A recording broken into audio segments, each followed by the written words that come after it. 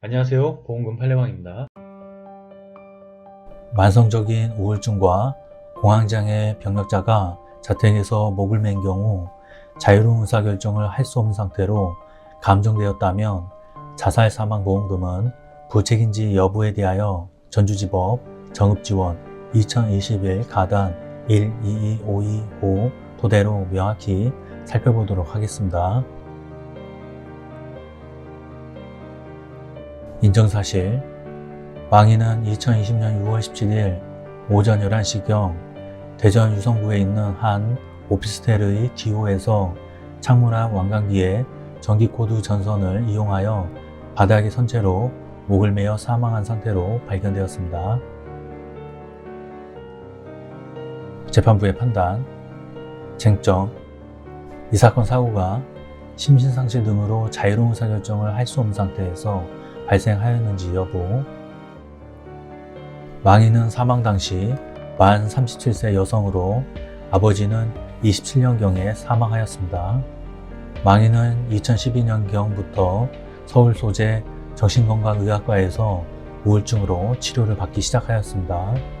망인은 2016년 7월 12일경 이 병원에 내원하였을 당시 우울, 무기력, 예민, 신체 증상, 식욕 저하의 우울 증상을 보였고 항우울제를 처방받았으며 그 후 진료를 받은 여러 병원에서도 일관되게 우울 증상에 대한 기록이 있습니다.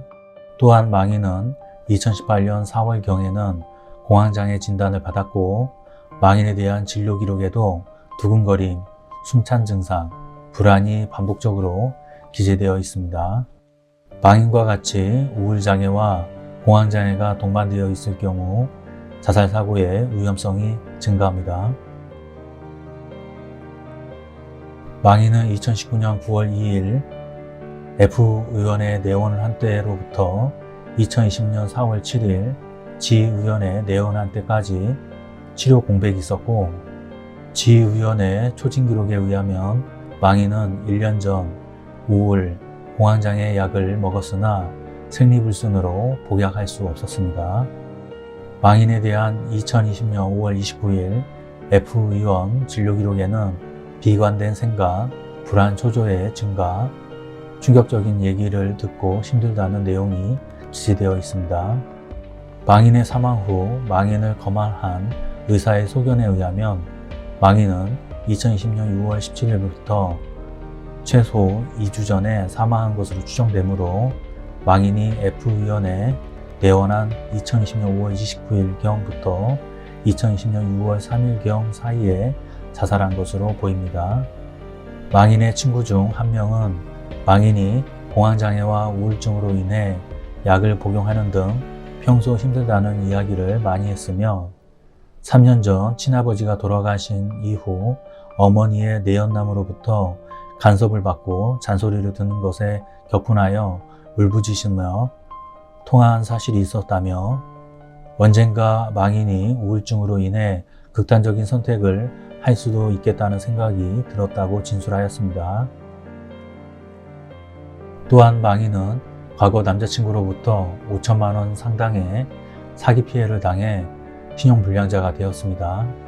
망인의 진료 기록에 대한 진료 기록, 감정 촉탁 및 보안 감정 촉탁에 대하여 전북대학교 병원장은 진료 기록 등을 고려하여 종합적으로 판단할 경우 망인의 우울증과 자살 간의 인과관계가 클 것으로 판단되고 망인이 상당한 우울 증상으로 인하여 상황에 대한 판단력이 상당히 저하되어 정상적으로 기능하지 못한 상태에서 자살을 시도한 것으로 판단된다라는 취지의 회신을 하였습니다.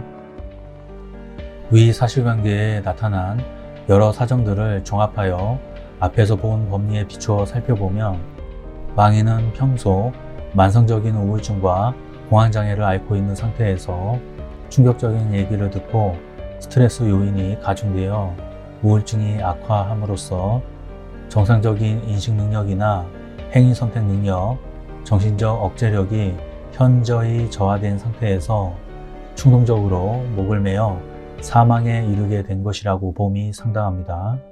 결국 망인은 심신상실 등으로 자유로운 의사결정을 할 수 없는 상태에서 자신을 해친 경우에 해당합니다. 결론적으로 원고는 피고에게 상해 사망보험금을 지급할 의무가 있습니다. 마치겠습니다. 긴 시간 시청해 주신 점 고맙습니다.